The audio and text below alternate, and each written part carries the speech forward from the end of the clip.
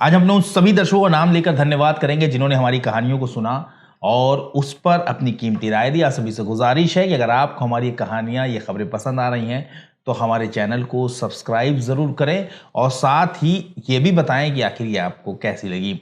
फिलहाल खबर की तरफ बढ़ते हैं।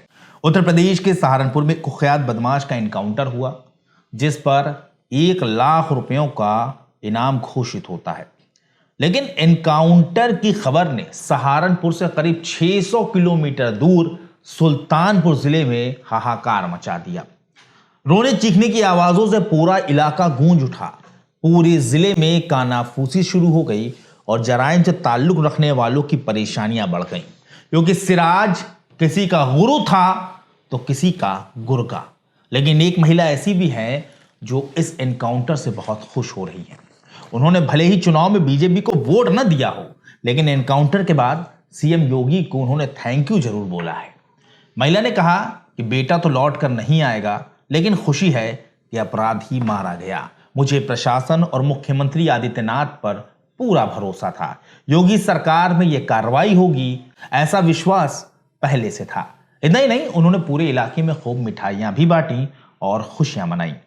कौन है वो महिला और कौन है सिराज अहमद उर्फ पप्पू जिसके मारे जाने पर उस महिला ने खुशियां मनाई, ये हम आपको आगे बताएंगे। लेकिन उससे पहले ये समझ लीजिए कि कुख्यात सिराज अहमद के जनाजे में 4000 से 5000 लोग शामिल हुए। दोस्तों, आज जो हम खबर आपके लिए लेकर आए हैं, इसे देखने के बाद आप ये जरूर बताइएगा कि सिराज अहमद उर्फ पप्पू जिसका एनकाउंटर पुलिस ने किया है वो लोगों के लिए किस तरह का रवैया रखता था, वो अपने क्षेत्र के लिए वो किस तरह का रवैया था, किस तरह का इंसान था, और जिनके साथ उसने कुछ गलत किया हो वो भी अपनी राय जरूर रखें, वो भी कमेंट सेक्शन में जरूर बताएं। सिराज को सुल्तानपुर जिले के ही लोलेपुर गांव के कब्रिस्तान में सुपुर्द खाक कर दिया गया। सिराज इसी गांव का रहने वाला होता है। इस दौरान वर्दी और सिविल ड्रेस दोनों में ही पुलिस वाले भीड़ भाड़ में शामिल रहे ताकि किसी भी अनहोनी को पहले ही संभाला जा सके। दरअसल पुलिस फाइल के मुताबिक 21 दिसंबर रविवार सुबह 5 बजे सहारनपुर के गंगोह में एसटीएफ और 1 लाख के इनामी बदमाश सिराज अहमद के बीच मुठभेड़ हो गई।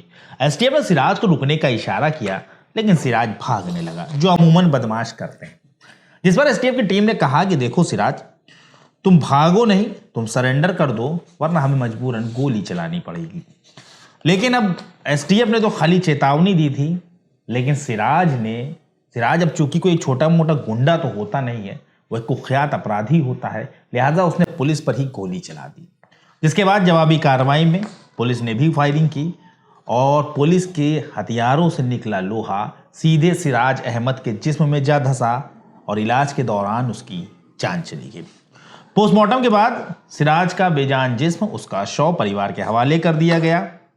सिराज की मौत से पूरे गांव में मातम पसरा हुआ होता है, तो वहीं एक परिवार ऐसा भी है जिसने खूब मिठाइयां बांटी और खुशियां मनाई, और वो परिवार है मरहूम वकील आजाद अहमद का परिवार, जिसकी 6 अगस्त 2023 के रोज सिराज ने गोली मारकर जान ले ली होती है। एक जमीन के मामले में वकील आजाद अहमद और सिराज के बीच विवाद चल रहा होता है। सूत्रों की माने तो सिराज और आजाद आपस में रिश्तेदार भी होते हैं। बात 6 अगस्त साल 2023 की शाम की है। वकील आजाद अहमद सुल्तानपुर के भुलकी चौराहे पर बैठे हुए होते हैं।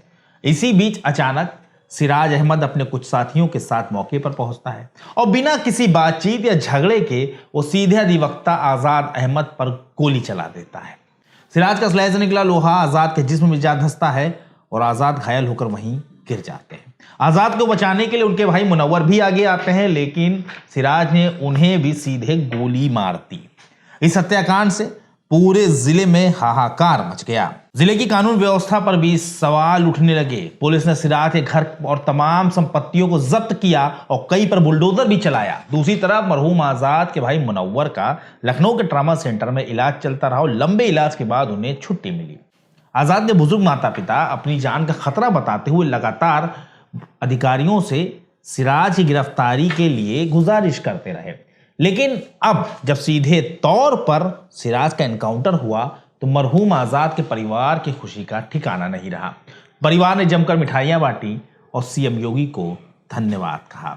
अब हमारे उन दर्शकों को नाम जिन्होंने हमारी खबरों को देखा, हमारी कहानियों को सुना और उस पर अपनी कीमती राय दी। इस लिस्ट में सबसे पहला नाम विवेक मौर्य जी का है। विवेक मौर्य जी लखनऊ से ताल्लुक़ रखते हैं। उसके बाद आज़ाद अहमद हैं, उसके बाद शकील जी हैं। ये सभी आज़ाद अहमद, शकील बहराइच से ताल्लुक़ रखते हैं। आपका बहुत बहुत शुक्रिया। उसके बाद प्रवीण कुमार हैं, अमित हैं, शेखू खान है। शेखू खान भी लखनऊ से ताल्लुक़ रखते हैं। आपका बहुत बहुत शुक्रिया।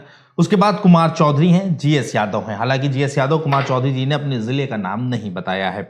उसके बाद विनय सिंह हैं। विनय सिंह जो हैं ये बलिया के रहने वाले हैं। आपका बहुत बहुत शुक्रिया।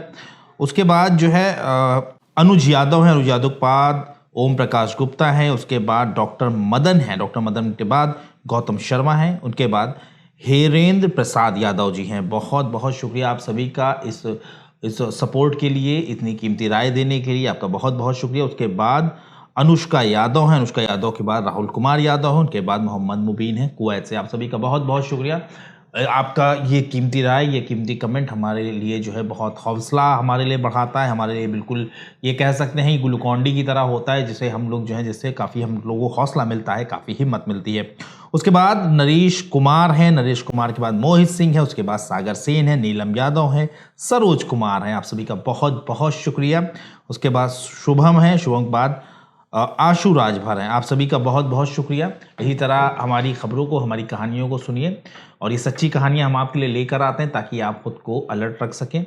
बहुत जल्द एक ऐसी सच्ची घटना के साथ हम आपके सामने हाजिर होंगे। तब तक के लिए हमारी टीम को इजाज़त दीजिए और अपना ख्याल रखिए।